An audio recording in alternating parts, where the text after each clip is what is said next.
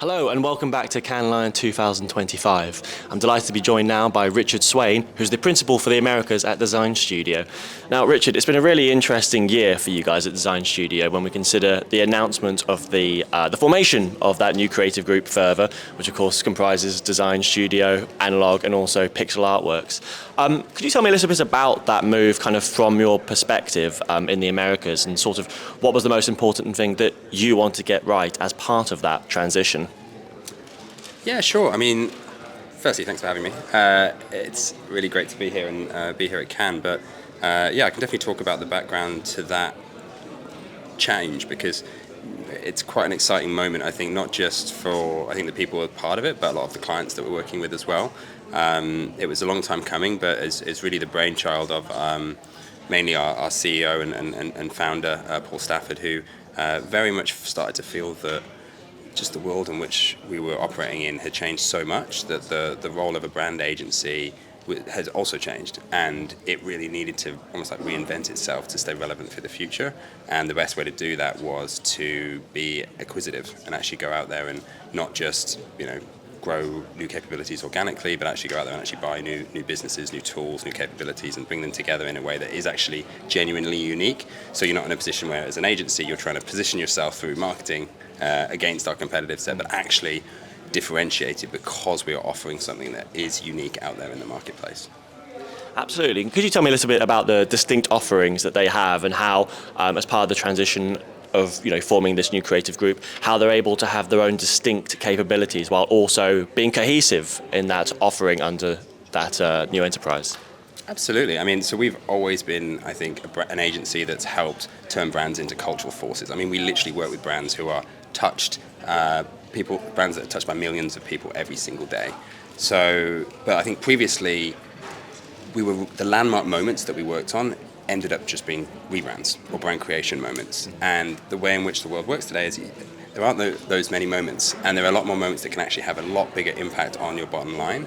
And we wanted to be able to actually impact those more directly. So, just for an example, Pixel Artworks, a really great recent project. They helped Nike Running for the launch of the new Pegasus.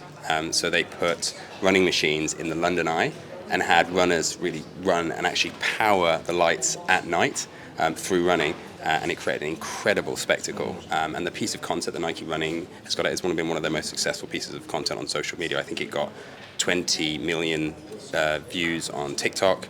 And I think the IG Reel exceeded their general engagement by about 80%, which shows just the quality. And that for them that's a landmark moment.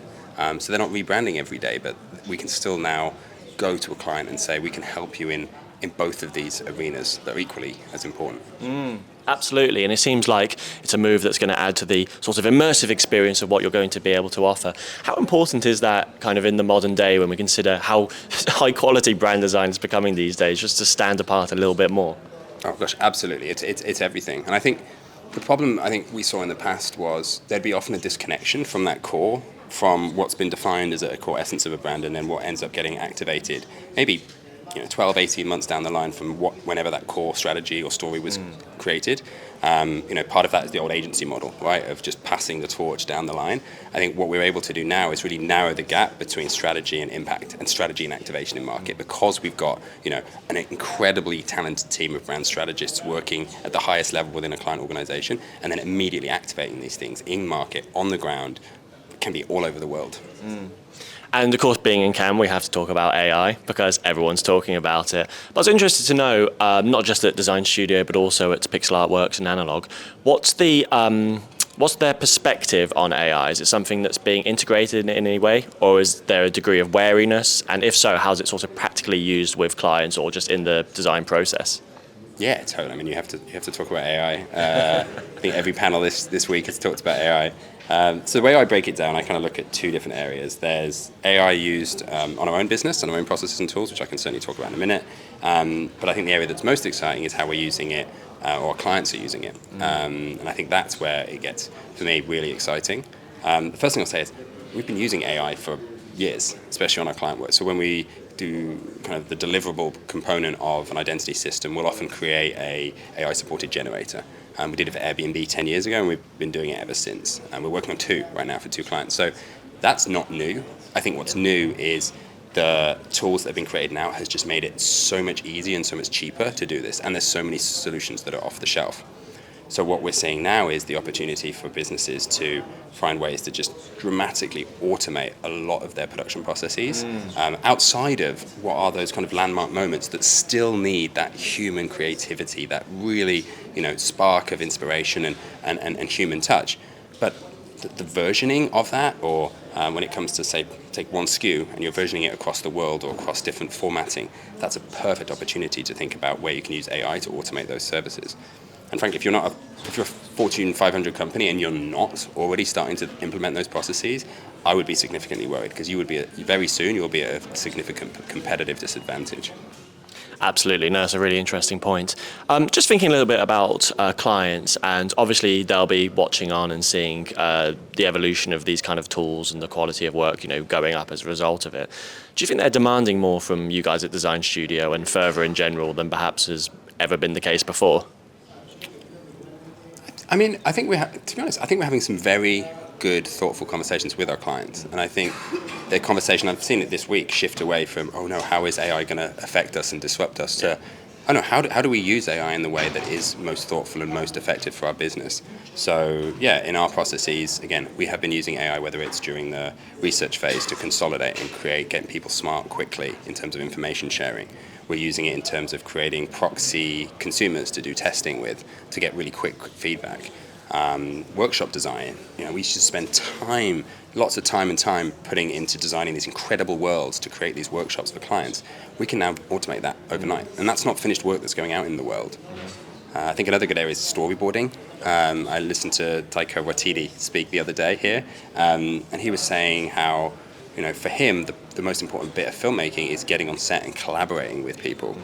But how he gets there, if you can speed that up, then that's fine. So as long as the second bit stays there, as long as the in-person stays there, then very happy to speed up that process. And that's where I think AI has a brilliant role to play.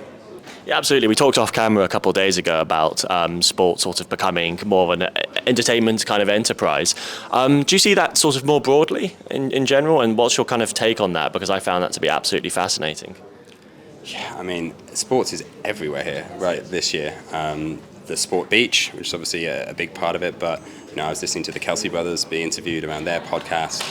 Even Malcolm Gladwell, I heard quote that the thing that people really need right now is collective experiences, because of how fragmented the media landscape is, how disintermediated we've all become. There's a great opportunity for brands to create these collective moments, and sport is that. And that is why so many big brands are putting their media investment into that as well. The tech companies are getting into it, and it's why there's so many incredible, interesting, creative collaborations happening. I think one of my favorites recently is the Lego Formula One. That sounds really foreign, I think, a few years ago, but now it feels so right as a way to kind of bring people into the brand. And actually, the brand itself, Formula One, which being the sports property, I heard an anecdote from one of their head of brands here this week saying how 20 years ago, if you went to a Formula One race, you wouldn't see Formula One merch, you would see team and player merch.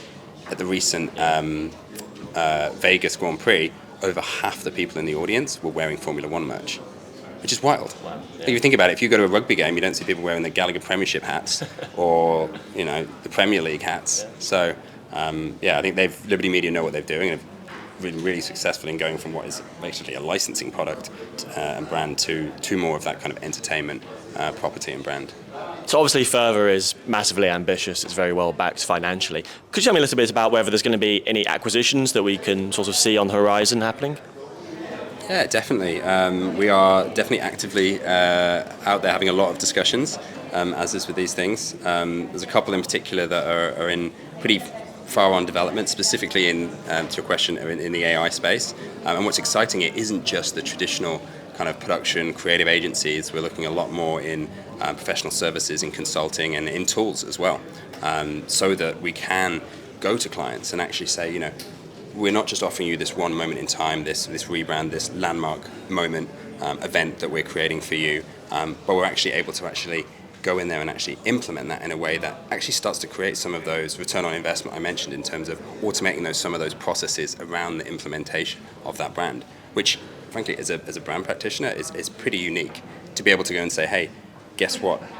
The ROI for this rebrand or activation or moment isn't just predicated on the first few weeks or even long-term brand value growth, but actually on genuine cost savings that we can see in the bottom line within the next 18 months to 2 years. That's a pretty compelling thing, and we're already getting a lot of, I think, positive feedback, specifically from CFOs and the business leaders, I'm sure you can imagine.